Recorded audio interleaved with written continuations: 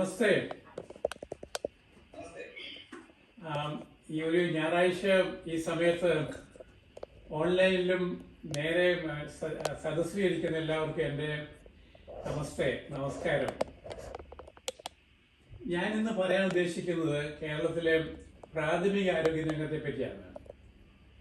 നമ്മൾ പലരും കേൾക്കാറുണ്ട്, കേരളം ആരോഗ്യരംഗത്ത് നമ്പർ 1 ആണ്, നമ്മൾ വളരെ മുന്നോട്ടാണ്, ഇങ്ങനെ പല ക്ലെയിമുകളും കേൾക്കുന്നുണ്ട്. ഇതേപ്പറ്റിയുള്ള ഒരു വിശകലനമാണ് ഞാൻ ഉദ്ദേശിക്കുന്നത്. ഏറ്റവും പ്രധാനമായിട്ട് നമ്മളൊരു പ്രാഥമിക ആരോഗ്യത്തെ പറ്റി പറയുമ്പോൾ 2-3 അടിസ്ഥാനപരമായ കാര്യങ്ങൾ നമ്മളതിനെപ്പറ്റി വ്യക്തമാക്കേണ്ടതുണ്ട്. ഒന്ന്, ചില സാമ്പത്തികമായിട്ടുള്ള കാര്യങ്ങളും, പിന്നെ ഈ പൊതുജന ആരോഗ്യത്തെ എങ്ങനെ കാണണം, എന്ത് തിയറിറ്റിക്കൽ അപ്രോച്ച് ചെയ്യണം, അങ്ങനെ 2 കാര്യങ്ങൾ.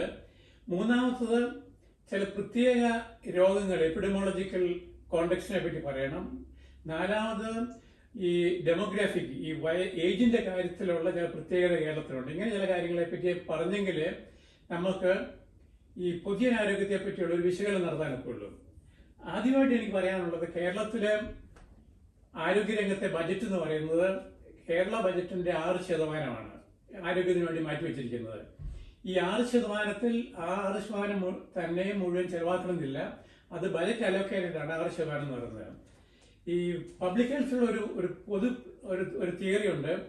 Unless about 10% of the state budget is not allocated for the ഹെൽത്തിന് വളരെ ഇഫക്റ്റീവ് ആയിട്ടുള്ള ഒരു ഇമ്പാക്ട് ഉണ്ടാക്കാനുള്ള കാര്യത്തിൽ വളരെ പുറകോട്ട് പോകും. ഇതാണ് ഏറ്റവും പ്രധാനപ്പെട്ടത്. നമ്പർ 1, നമ്മുടെ ഈ ഹെൽത്തിന് വേണ്ടിയുള്ള ഇൻവെസ്റ്റ്മെന്റ് ഓപ്റ്റിമൽ ലെവലിലല്ല ഉള്ളത്. അതാണ് ഒരു പ്രധാനപ്പെട്ട കാര്യമുള്ളത്. രണ്ടാമത്തെ കാര്യം, ഇന്ത്യയുടെ ഫെഡറൽ സിസ്റ്റത്തിൽ ഫെഡറൽ ഗവൺമെന്റ് ചില കാര്യങ്ങൾ ചെയ്യും, സ്റ്റേറ്റ് ഗവൺമെന്റ് ചില കാര്യം ചെയ്യും. ഈ ആരോഗ്യം എന്ന് പറയുന്നത് സ്റ്റേറ്റ് ഗവൺമെന്റ് ഉത്തരവാദിത്വമാണ്, ഫെഡറൽ ഗവൺമെന്റ് ഉത്തരവാദിത്വമല്ല. എന്ന് പറഞ്ഞാൽ പ്രാഥമിക ആരോഗ്യത്തെ ശക്തിപ്പെടുത്തുക, അതിനെ എന്ത് ചെയ്യണം എന്നുള്ളതിനെ പറ്റി തീരുമാനിക്കുന്ന, ഇൻവെസ്റ്റ് ചെയ്യേണ്ടതിന്റെ പ്രാഥമിക ഉത്തരവാദിത്വം സ്റ്റേറ്റ് ഗവൺമെന്റിനാണ്. ഇതാണ് രണ്ടാമത്തെ കാര്യം എന്നുള്ളത്. ഇത്രയും കാര്യങ്ങൾ വെച്ചുകൊണ്ടാണ് നമ്മൾ കേരളത്തിലെ ആരോഗ്യത്തെ പറ്റി കണക്കാക്കേണ്ടത്. ആദ്യം തന്നെ പറയട്ടെ, കേരളത്തിലെ മെറ്റേണൽ മോർട്ടാലിറ്റി ഏകദേശം 100,000 ഡെലിവറിയിൽ ഒരു 5-6 സ്ത്രീകൾ ഇപ്പം മരിക്കാറുള്ളൂ. ഇത് മറ്റുള്ള രാജ്യങ്ങളിലുമായിട്ട് ബന്ധപ്പെട്ട്, ഉദാഹരണത്തിന് അഫ്ഗാനിസ്ഥാനിലാണെങ്കിൽ ഏകദേശം 300ഓളം സ്ത്രീകൾ മരിക്കുന്നുണ്ട്. അങ്ങനെ നോക്കിക്കഴിഞ്ഞാൽ കേരളത്തിലെ മെറ്റേണൽ മോർട്ടാലിറ്റി റേറ്റ് വളരെ കുറവാണ്.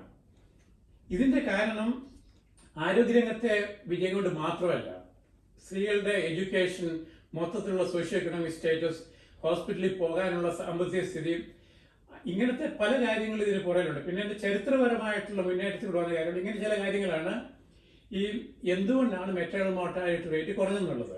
അതുപോലെ തന്നെ വേറൊരു പ്രധാന ഇൻഡിക്കേറ്ററാണ് ഇൻഫന്റ് മോർട്ടാലിറ്റി.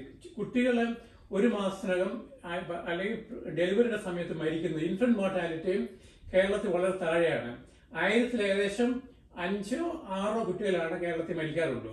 ഇത് സിംഗപ്പൂരാണെങ്കിൽ ഏകദേശം 1000 ഡെലിവറിയിൽ 6 മരണം നടക്കുന്നുണ്ട്. യുണൈറ്റഡ് സ്റ്റേറ്റ്സിൽ, എൻ്റെ കൺട്രിയിലുള്ളത് 1000 ഡെലിവറിയിൽ 5 മരിക്കുന്നുണ്ട്. എന്ന് പറഞ്ഞാൽ കേരളത്തിലെ നിയോനാറ്റൽ ഡെത്ത്, ശിശുമരണത്തിന്റെ കുറവ് വളരെ കുറവാണ്. ശിശുമരണത്തിന്റെ റേറ്റ്. അതിൻ്റെ ഒരു പ്രധാന കാരണം അമ്മമാരുടെ എഡ്യൂക്കേഷനാണ്. ഈ മെറ്റേണൽ എഡ്യൂക്കേഷൻ ഒരു പ്രധാന ഫാക്ടറാണ്. അതുപോലെ തന്നെ ആക്സസ് ടു ഹെൽത്ത് കെയർ. കേരളത്തിലെ ആക്സസ് ടു ഹെൽത്ത് കെയർ എന്ന് പറയുമ്പോൾ, ഇഫ് യു ഹാവ് മണി, പോക്കറ്റിൽ പൈസ ഉണ്ടെങ്കിൽ ഏറ്റവും ബെസ്റ്റ് മെഡിക്കൽ കെയർ കേരളത്തിൽ കിട്ടും. കേരളത്തിൽ പലരും പറയാറുണ്ട്, ഒരു 20-25 കിലോമീറ്റർ ഡ്രൈവ് ചെയ്താൽ ബെസ്റ്റ് ഹോസ്പിറ്റൽ കെയർ കിട്ടും. പക്ഷെ നമ്മൾ ചോദിക്കേണ്ട കാര്യം ഇതിന് അഫോർഡബിലിറ്റി എന്നുള്ളതാണത്. അതിലേക്ക് ഞാൻ വരുവാണത്.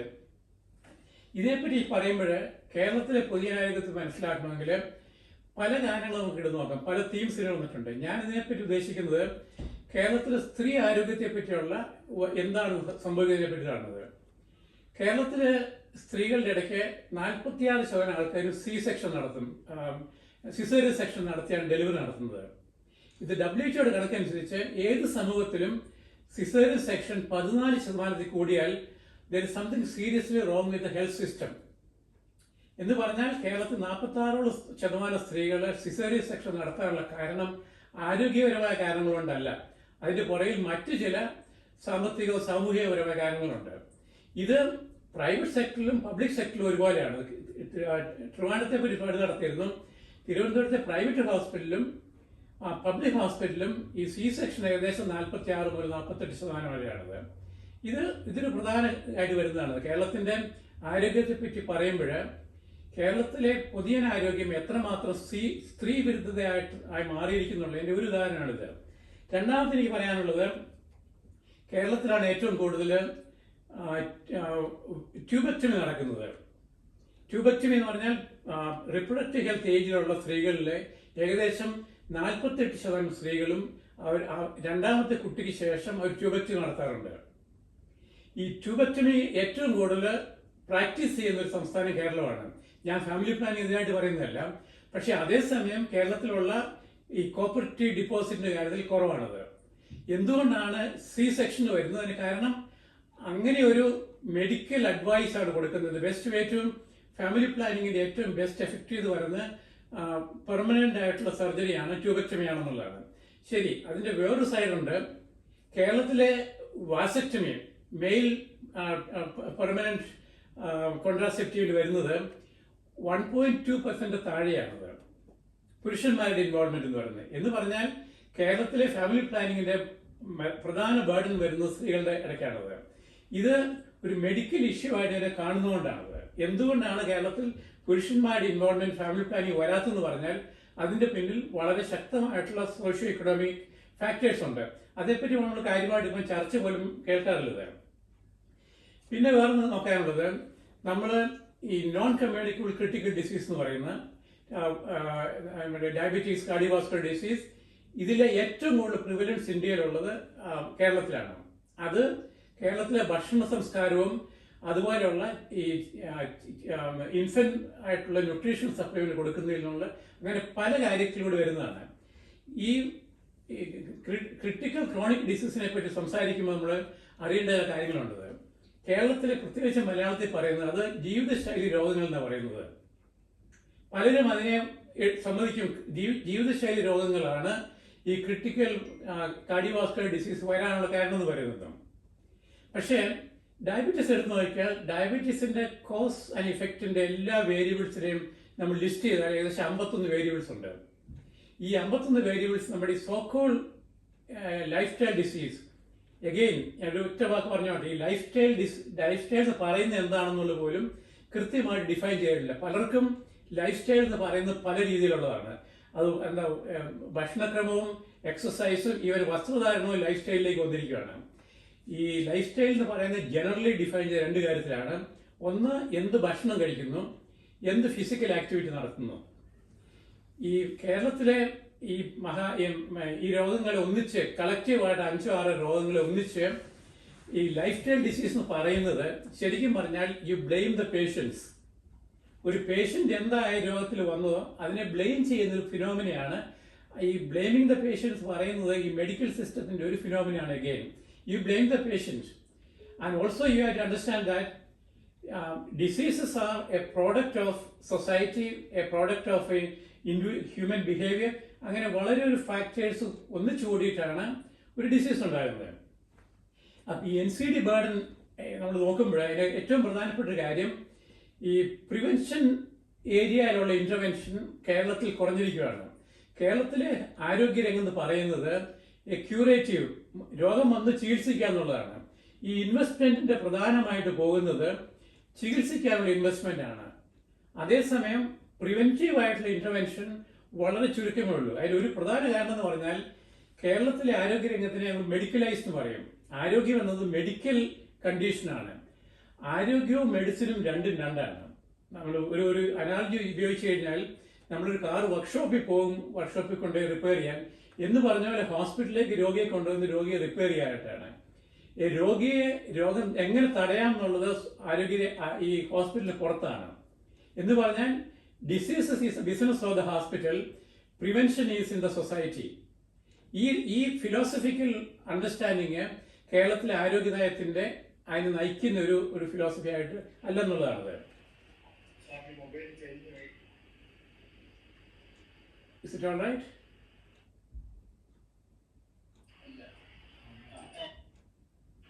Sorry, വേറൊരു കോൾ വന്നതിൻ്റെ ഇടയ്ക്ക്, so it got disturbed anyway.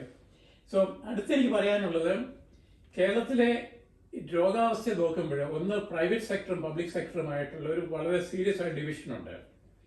നമ്മുടെ പല ഗവൺമെന്റ് ഹോസ്പിറ്റലിലും ഏറ്റവും എഫക്റ്റീവും ബെസ്റ്റ് ഹോസ്പിറ്റൽ ഡോക്ടേഴ്സ് ഉണ്ട്. അതുപോലെ തന്നെ ഇന്നൊരു പ്രധാന പ്രിസ്ക്രിപ്ഷൻ വന്നിട്ടുണ്ട്, if you want a best medical care you go to the private hospital.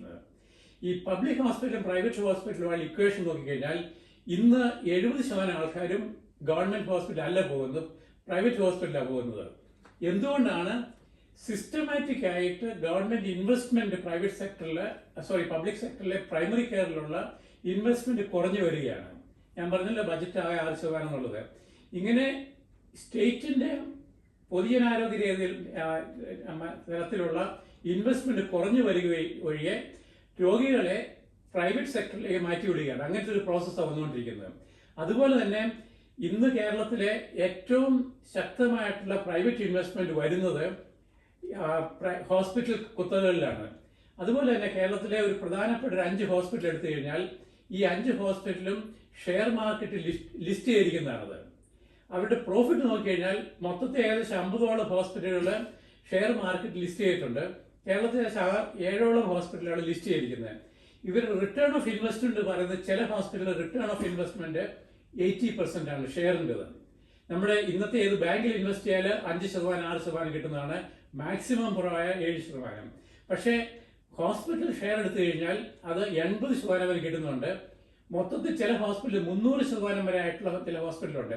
എന്ന് പറഞ്ഞാൽ കേരളത്തിലെ ആരോഗ്യ നയം ഈ പ്രൈവറ്റ് എക്വിറ്റിയെ അതിനെയാണ് സപ്പോർട്ട് ചെയ്യുന്നത്. അത് യാതൊരുവിധ കൺട്രോളും ഇല്ലാതെയുള്ള പ്രൈവറ്റ് ഇക്വിറ്റിയെ കൺട്രോൾ ചെയ്യുകയാണ്. അതുകൊണ്ട് എന്ത് പറ്റും?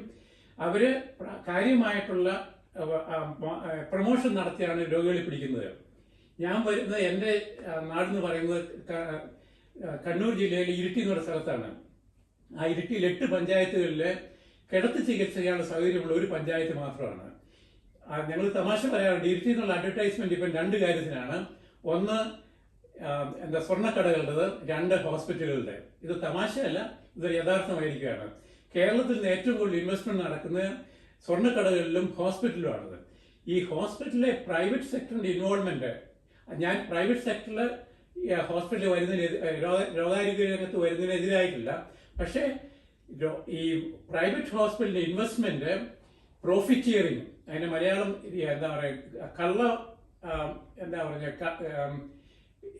പ്രോഫിറ്റിയറിന് ശരിയായിട്ടുള്ള മലയാളം പറഞ്ഞു കഴിഞ്ഞാൽ ഒരു എങ്ങനെയും ലാഭം ഉണ്ടാക്കുക എന്നുള്ളത്. അങ്ങനെ ഒരു സംവിധാനത്തിലേക്ക് വന്നിരിക്കുന്നതാണ്.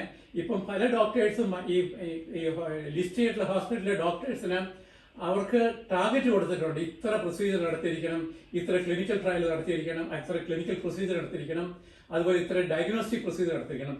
അങ്ങനെ ഒരു സ്ഥിതിയിലേക്ക് മാറിയിരിക്കുന്നു. അതിനെ അൺകൺട്രോൾഡ് ആയിട്ടാണ് സ്റ്റേറ്റ് വിട്ടിരിക്കുന്നത്. ഈ uncontrolled promotion of private equity, ഇതാണ് കേരളത്തിലെ ആരോഗ്യരംഗത്തിന്റെ വന്നുകൊണ്ടിരിക്കുന്ന ഒരു പ്രധാന പ്രശ്നം എന്ന് പറയുന്നത്. അതുപോലെ തന്നെ പറയുന്നുണ്ട്, കേരളത്തിലെ ഇന്നത്തെ ഈ രോഗചികിത്സയിൽ വരുന്നത് പലരും ഒരു രോഗം കൊണ്ട് മാത്രമല്ല, ഒരേ സമയം പല രോഗങ്ങൾ ഒന്നിച്ചുകൊണ്ട് ജീവിക്കുന്നവരാണ്. കോമോബിഡിറ്റി, മൾട്ടി മോബിഡിറ്റി എന്ന് പറയും. ഈ മൾട്ടി മോബിഡിറ്റി ഉള്ള അവരുടെ സാമ്പത്തിക സ്ഥിതിയാണ് ഏറ്റവും കൂടുതലായിട്ട് താഴേക്ക് പോകുന്നത്. ഇതുപോലെ തന്നെയുള്ളതാണ് കേരളമാണ് ഈ വയോജനങ്ങളുടെ കാര്യത്തിൽ ഏറ്റവും നമ്പർ വൈസ് കൂടുതൽ നിൽക്കുന്നത്. ദേശീയ തലത്തിൽ നോക്കിക്കഴിഞ്ഞാൽ വയോജനങ്ങളുടെ പെർസെൻറ്റേജ് എന്ന് പറയുന്നത് ഏകദേശം 6-7% 60 കൂടുതൽ ആൾക്കാരുടെ ദേശീയ തലത്തിൽ. കേരളത്തിൽ തന്നെ മൊത്തത്തിൽ നോക്കിക്കഴിഞ്ഞാൽ അത് 18 മുതൽ 20% വരെയാണ്. പക്ഷെ ചില പഞ്ചായത്തിലുള്ള ചില ഡിസ്ട്രിക്റ്റിലുള്ള താലൂക്കുകൾ എടുത്ത് നോക്കിക്കഴിഞ്ഞാൽ അത് ഇപ്പോഴേ 35-40% ആൾക്കാർ 60 കൂടുതലാണ്.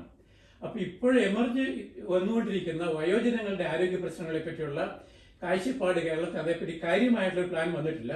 കഴിഞ്ഞ 3 ദിവസം മുമ്പ് ഒരു വയോജന കമ്മീഷനെ സ്ഥാപിച്ചത് ഒരു ബില്ല് വന്നെന്ന് ഞാൻ കേട്ടിരുന്നത്. ഞാൻ അതിന്റെ ഡീറ്റെയിൽസിനെ പറ്റി കാണാൻ വേണ്ടി നോക്കിയിരിക്കുകയാണ്. പക്ഷേ വയോജനങ്ങളുടെ ആരോഗ്യ പ്രശ്നങ്ങളെ പറ്റിയുള്ള ഒരു സീരിയസ് ആയിട്ടുള്ള പ്രശ്നമാണ് കേരളത്തിൽ വരാൻ പോകുന്നത്. അതിനകത്ത് 2 കാര്യമുണ്ട്. കേരളത്തിൽ ലൈഫ് എക്സ്പെക്ടൻസി കൂടിയിട്ടുണ്ട്. എന്ന് വെച്ചാൽ ജീവിത ലൈഫ് എക്സ്പെക്ടൻസി 75 വരെ മറ്റുള്ള ഡെവലപ്ഡ് രാജ്യങ്ങളുമായിട്ടുള്ള ലൈഫ് എക്സ്പെക്ടൻസി വന്നു. അതിൽ സ്ത്രീകളുടെ ലൈഫ് എക്സ്പെക്ടൻസി പുരുഷന്മാരുടെ ലൈഫ് എക്സ്പെക്ടൻസിയിൽ കൂടുതലാണ് കേരളത്തില്.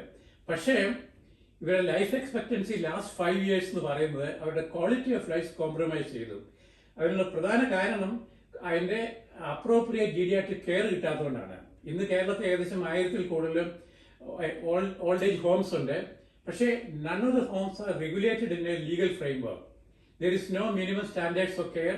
There is no minimum qualification of the care to be provided for the aged people. So this is another issue of the emerging crisis. How do you going to deal with the emerging healthcare crisis of geriatric population? Chellu parayanunde, the disease burden of aging population in Kerala, there is no roadmap.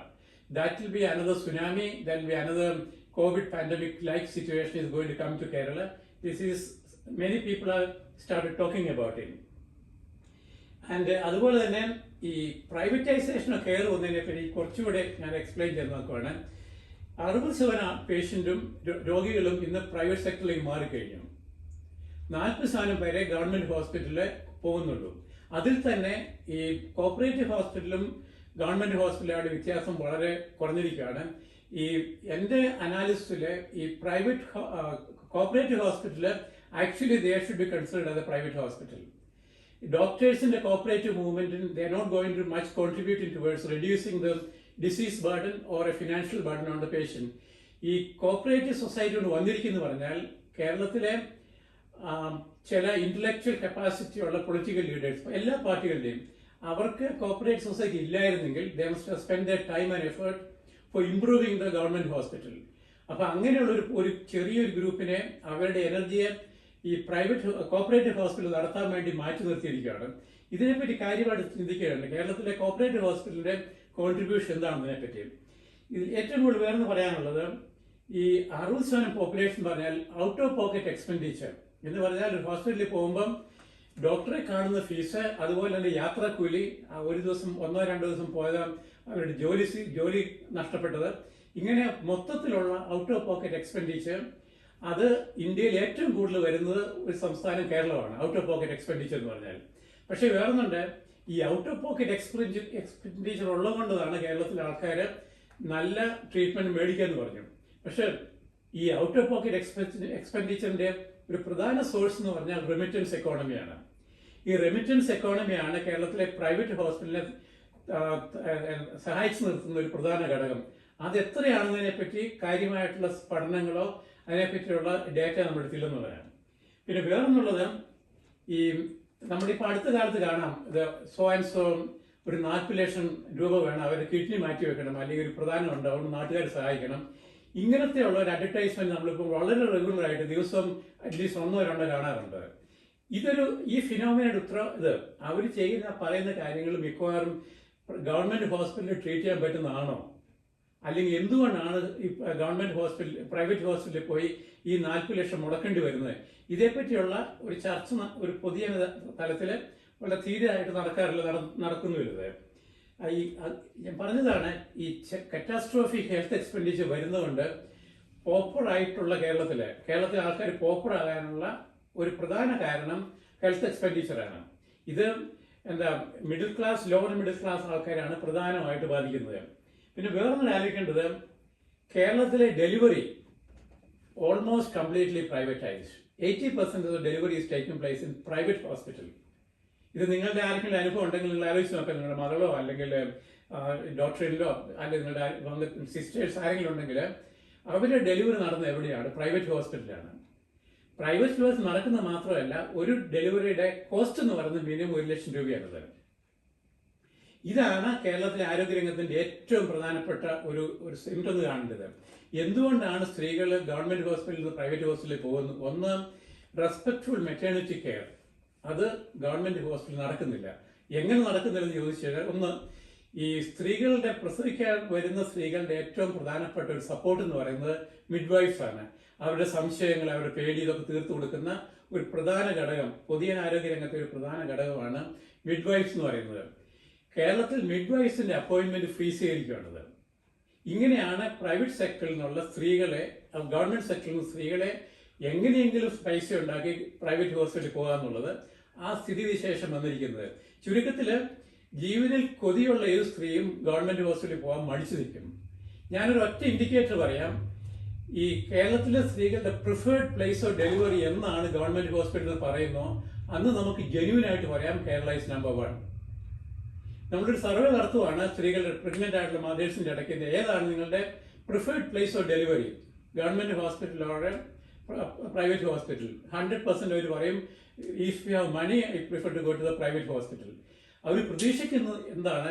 Respectful maternity care. പക്ഷെ അവിടെ കിട്ടുന്നുണ്ടോ അത് വേറെ ചോദ്യമാണത്. ചുരുക്കത്തിലുള്ളൂ അവർ മരിക്കാതെ വരാനുള്ള സാധ്യത private hospital കൂടുതലായിരിക്കും, public hospital ആയിരിക്കില്ല. അതേസമയം അടുത്ത് പറയാനുള്ളത്, ഇതിനകത്ത് വേറൊരു സോഷ്യോ കൾച്ചറൽ ഡയമെൻഷൻ ഉണ്ട്. ആദ്യത്തെ ഡെലിവറിയുടെ ആ കോസ്റ്റ് എന്ന് പറയുന്നത് ഇറ്റ്സ് ഓൺ ദ ഗേൾസ് സൈഡാണ്. അവരെ സ്ത്രീകളുടെ പെൺകുട്ടികളുടെ സൈഡാണ് ഈ ആദ്യത്തെ കോസ്റ്റ് ഓഫ് ഡെലിവറി എടുക്കേണ്ടത്.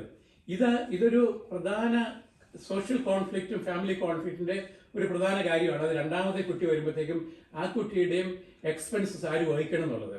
മിക്കവാറുള്ള ഈ യങ് ഫാമിലി എന്ന് പറയുന്നത് യങ്സ്റ്റേഴ്സ്, അവർ 28-30 ഏജ് ഗ്രൂപ്പിലുള്ളവർ got married, but their income may not be sufficient even to take care of the delivery cost of their first child and second child. So this is a serious socio-economic condition, and in future if you look at the history or the emerging scenario of delivery in Kerala, and this is increasingly becoming private sector, but at the same time the cost of delivery is becoming exorbitant. And this also, you remember, most of the private sector second delivery is linked with vasectomy.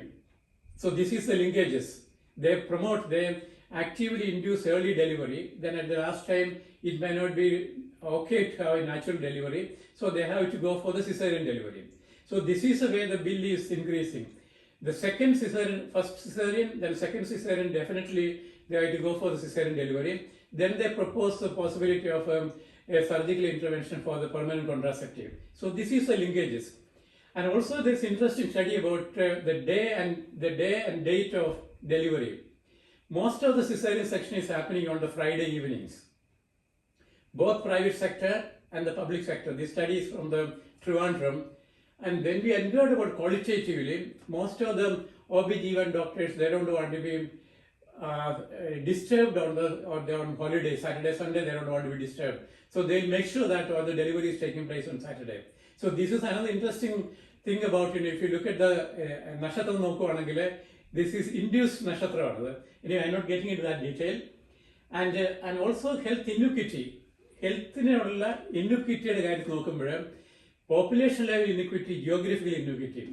കേരളത്തിലെ 2 ജില്ലകളിൽ വയനാടും കാസർഗോഡുമാണ് the number of hospitals less, government hospital. The best medical care, government hospital വേണമെങ്കിൽ ട്രിവാൻഡ്രത്തേക്ക് വെക്കണം. The best medical care, medical institution, number of medical institution is കൂടുതൽ concentrate ചെയ്ത് തിരുവനന്തപുരത്താണ്.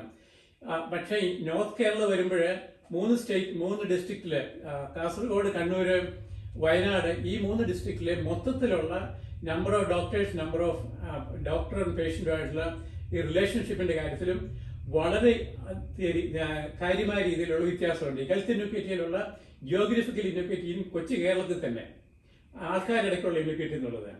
പിന്നെ അടുത്തുള്ളത് ഈ ആക്സസ് ടു ടെറിഷറി കെയർ. ഏറ്റവും ലേറ്റസ്റ്റ് ആയുള്ള ടെറിഷറി കെയർ കേരളത്തിലെ ഇന്നത്തെ ഇൻവെസ്റ്റ്മെന്റ് ഏറ്റവും കൂടുതൽ വരുന്നത് ഏറ്റവും സ്പെഷ്യലൈസ്ഡ് കെയറിലാണ്.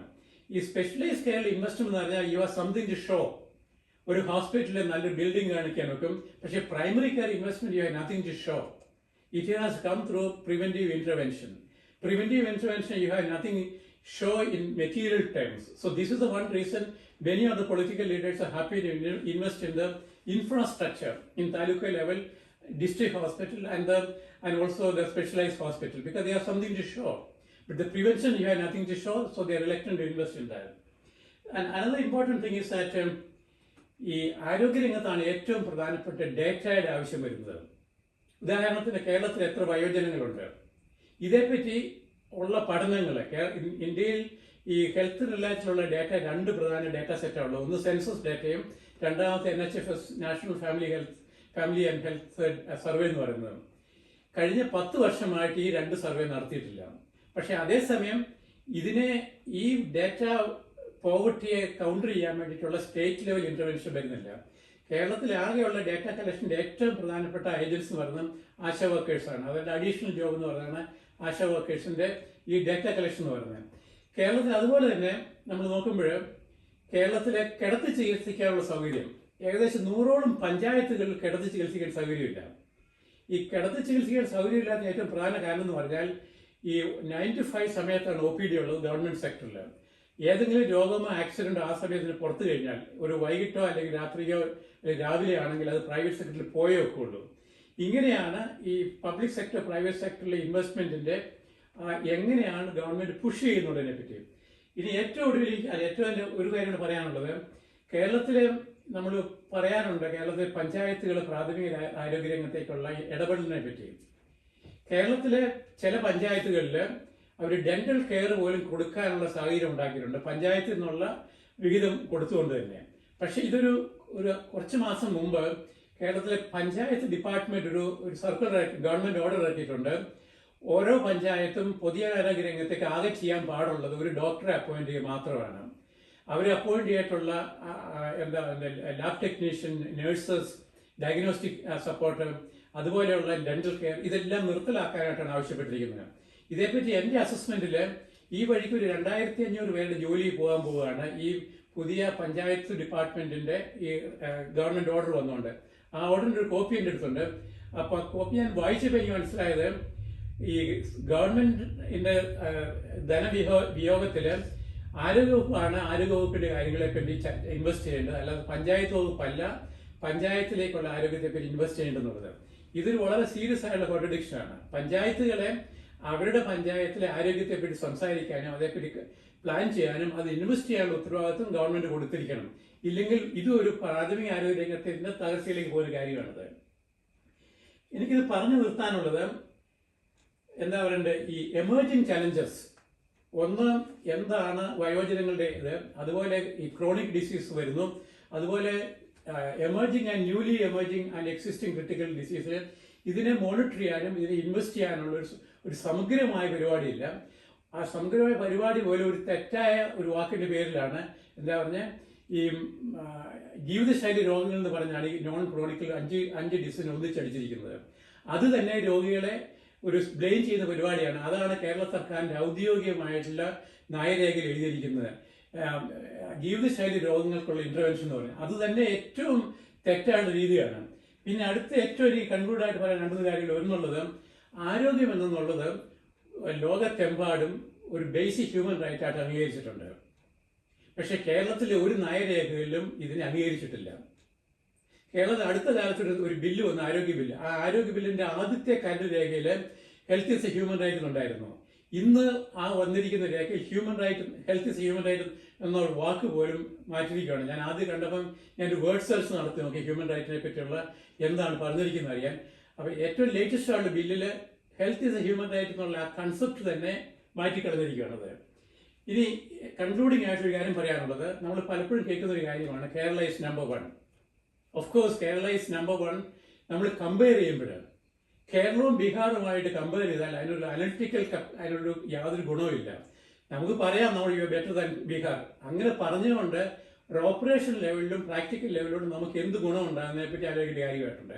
പക്ഷെ അതേസമയം മെറ്റേണൽ മോർട്ടാലിറ്റി വളരെ കുറവാണ്, ഇൻഫന്റ് മോർട്ടാലിറ്റി കുറവാണ്, നിയോനാറ്റൽ മോർട്ടാലിറ്റി കുറവാണ്. ഇങ്ങനത്തെ ചില ഹെൽത്ത് ഇൻഡിക്കേറ്ററിൽ നമ്മൾ വളരെ പ്രശംസനീയമായിട്ടുള്ള കാര്യങ്ങൾ നേടിയിട്ടുണ്ട്. പക്ഷെ അതേസമയം we are in health in number 1 എന്ന് പറയുമ്പോൾ നമ്മൾ കാർ ഓടിക്കുന്നവർക്കറിയാം ഈ ബ്ലൈൻഡ് സ്പോട്ട് എന്ന് പറയുന്ന സംഭവം. നമ്മൾ ഓടിച്ചു പോകുമ്പോൾ നമ്മുടെ സൈഡിൽ കൂടെ വരുന്ന ചില കാണാതിരിക്കും. കേരളത്തിലെ ആരോഗ്യം നമ്പർ 1 ആണെന്ന് പറയുന്നതുകൊണ്ട് പറ്റുന്ന ഏറ്റവും പ്രധാനപ്പെട്ട കാര്യം കേരളത്തിലെ ഹെൽത്തിനെ പറ്റിയുള്ള ചില ബ്ലൈൻഡ് സ്പോട്ട് നമ്മൾ കാണുന്നില്ല. ആ ബ്ലൈൻഡ് സ്പോട്ടിൽ ഒന്ന്, എന്തായിരിക്കും നമ്മുടെ ഫ്യൂച്ചർ ഇൻവെസ്റ്റ്മെന്റ്, അത് നമ്മൾ കാണുന്നില്ല. 2, എന്താണ് എമർജിംഗ് ഇഷ്യൂസിനെ പറ്റിയുള്ള കാര്യങ്ങൾ, അത് നമ്മൾ കാണുന്നില്ല. 3, എന്താണ് ഇൻവെസ്റ്റ്മെന്റ്, ഏത് രീതിയിൽ എവിടെയാണ് ഇൻവെസ്റ്റ്മെന്റ് കൂട്ടുന്നുള്ള കാര്യം കാണുന്നില്ല. ഇങ്ങനെ ചില സീരിയസ് ആയിട്ടുള്ള ക്രിട്ടിക്കൽ ഡിഫിക്കൽട്ടീസ് ആണ് കേരള ഈസ് നമ്പർ 1 എന്നുള്ള ആ സ്ലോഗൻ കൊണ്ടുണ്ടാക്കുന്നത്. അത് നമ്മുടെ മുന്നോട്ടുള്ള ആരോഗ്യ രംഗത്തെയും പ്രാഥമിക ആരോഗ്യത്തെ പ്രത്യേകിച്ചും അതിനെ ബൈൻഡ് ചെയ്യുന്നതും ലിമിറ്റ് ചെയ്യുന്നതുമായിട്ടുള്ള ഒരു സ്ലോഗനാണ്. ആ സ്ലോഗൻ അതിൽ ചില കാര്യമുണ്ട്. പക്ഷെ അതുപോലെ തന്നെ ഈ കമ്പാരിറ്റീവ് മെത്തഡോളജി കേരളത്തെ മറ്റു സ്റ്റേറ്റുകളോട് കമ്പയർ ചെയ്യുന്ന കാര്യത്തിൽ നമുക്കതിന് ഗുണകരമായിട്ടുള്ള ഒരു പ്രത്യേക ഗുണമൊന്നുമില്ലത്. അതിന്റെ കാരണം കേരളത്തിന്റെ ഡെമോഗ്രഫി വേറെയാണ്, എപ്പിഡമോളജിക്കൽ കണ്ടീഷൻ വേറെയാണ്, ഹിസ്റ്റോറിക്കൽ കണ്ടീഷൻ വേറെയാണ്, മൊത്തത്തിലുള്ള രാഷ്ട്രീയ ബോധം വേറെയാണ്.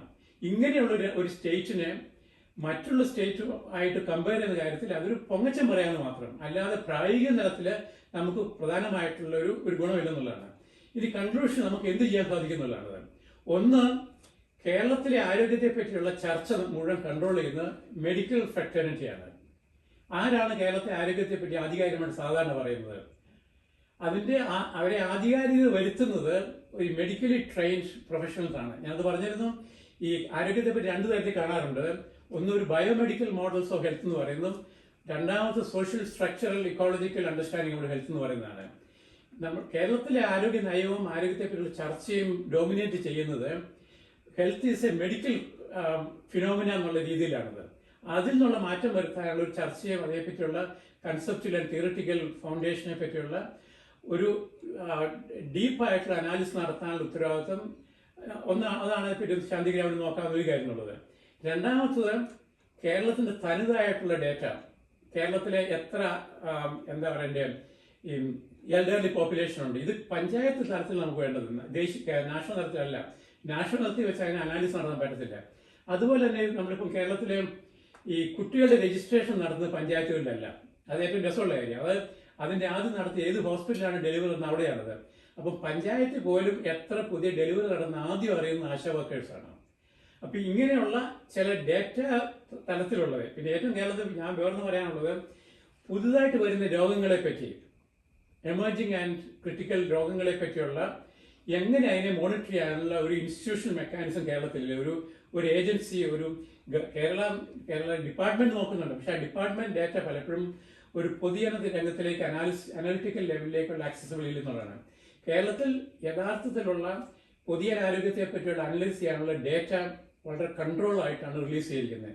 അതിന്റെ ഏറ്റവും ഉദാഹരണം പറഞ്ഞിരിക്കുന്നത് കേരളത്തിലെ ആരോഗ്യനയ രേഖ എഴുതിയിരിക്കുന്ന മലയാളത്തിലാണ്. നല്ല കാര്യം. പക്ഷെ അതുകൊണ്ടെന്ത് പറ്റിയും ഇതിനെപ്പറ്റി ചർച്ച ചെയ്യാൻ പറ്റിയ ആൾക്കാരുടെ നമ്പർ കുറച്ചു. ഇംഗ്ലീഷിലാണെങ്കിൽ കേരളത്തിൽ പുറത്തുള്ളവരും ഇതേപ്പറ്റി ചർച്ച നടത്തിയിരുന്നു. ഇതിന്റെ ഔദ്യോഗികമായിട്ടുള്ള ഇംഗ്ലീഷ് വേർഷൻ പോലും റിലീസ് ചെയ്തിട്ടില്ല.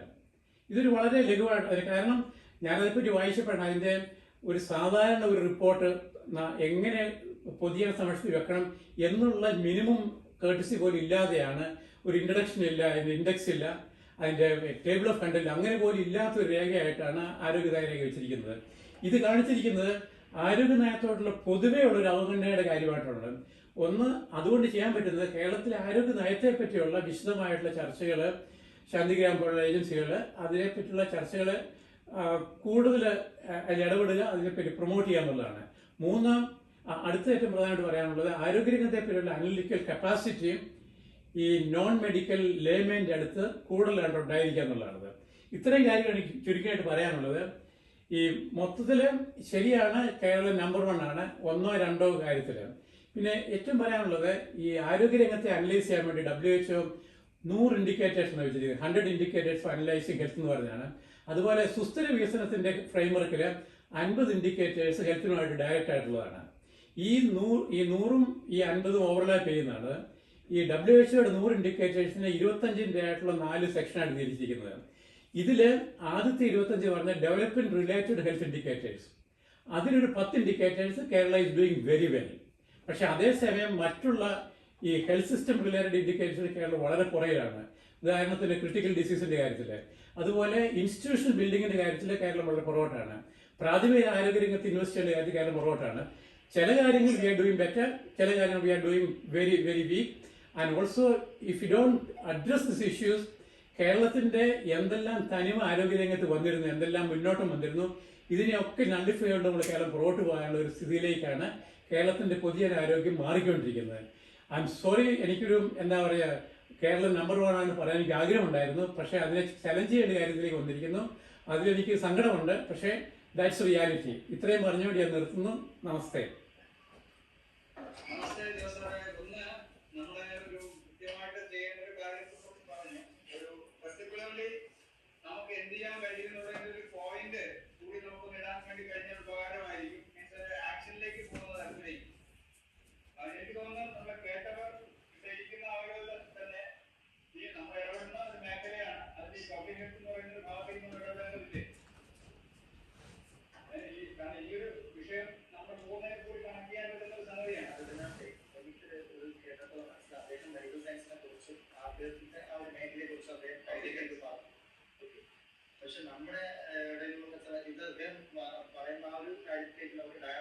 നമുക്ക് പെട്ടെന്നൊന്നും ചെയ്യാൻ പറ്റുന്ന ഒരു കാര്യമല്ല.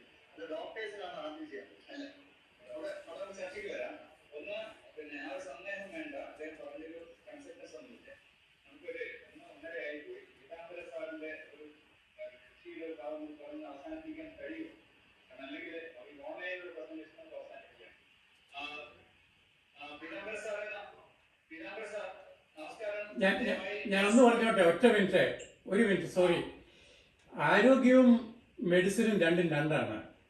ആരോഗ്യത്തെ പറ്റിയുള്ള മെഡിസിനെ പറ്റിയുള്ള let doctors talk about it. ഹെൽത്തിനെ പറ്റിയുള്ള അതേപ്പറ്റി ആധികാരികമായിട്ട് സംസാരിക്കാൻ കഴിയുള്ള ഒരു പുതിയ കൂട്ടായ്മ ഉയർത്തിക്കൊണ്ട കാര്യം കേരളത്തിലുണ്ട്. അതാണ് രോഗിയും അതുപോലെ രോഗാവസ്ഥയും തമ്മിലുള്ള ആ രോഗാവസ്ഥ ഉണ്ടാക്കുന്ന സാമൂഹ്യ വ്യവസ്ഥയെ പറ്റിയുള്ള കാഴ്ചപ്പാട്. ഇത് രണ്ടും രണ്ടാണ്. അതുകൊണ്ട് അവിടെയാണ് നമ്മുടെ ശാന്തിഗ്രാമിന് ഒരു ഇന്റർവെൻഷൻ സാധിക്കുന്നത്. രോഗത്തെ പറ്റിയും രോഗത്തിന് കാര്യമായിട്ടുള്ള സാമ്പത്തിക, ഉദാഹരണത്തിന് ഡയബറ്റീസിന് എന്ത് ഫുഡ് ഹാബിറ്റാണ് ഉണ്ടായിരിക്കുന്നത്. ഉദാഹരണത്തിന് ഇന്ന് അംഗനവാടിയിൽ കൊടുക്കുന്ന സപ്ലിമെന്ററി ഫുഡിലുള്ള 100 ഗ്രാമിന് 20 ഗ്രാം ഷുഗർ കൊടുക്കുന്നത്. അത് definitely it is going to contribute towards diabetic explosion in Kerala. ഇങ്ങനെയുള്ള കാര്യങ്ങളെ പറ്റിയാണ് സംസാരിക്കേണ്ടത്. സോറി, ഞാനത് ഒരു മിനിറ്റോട് എടുത്തു. Thank U.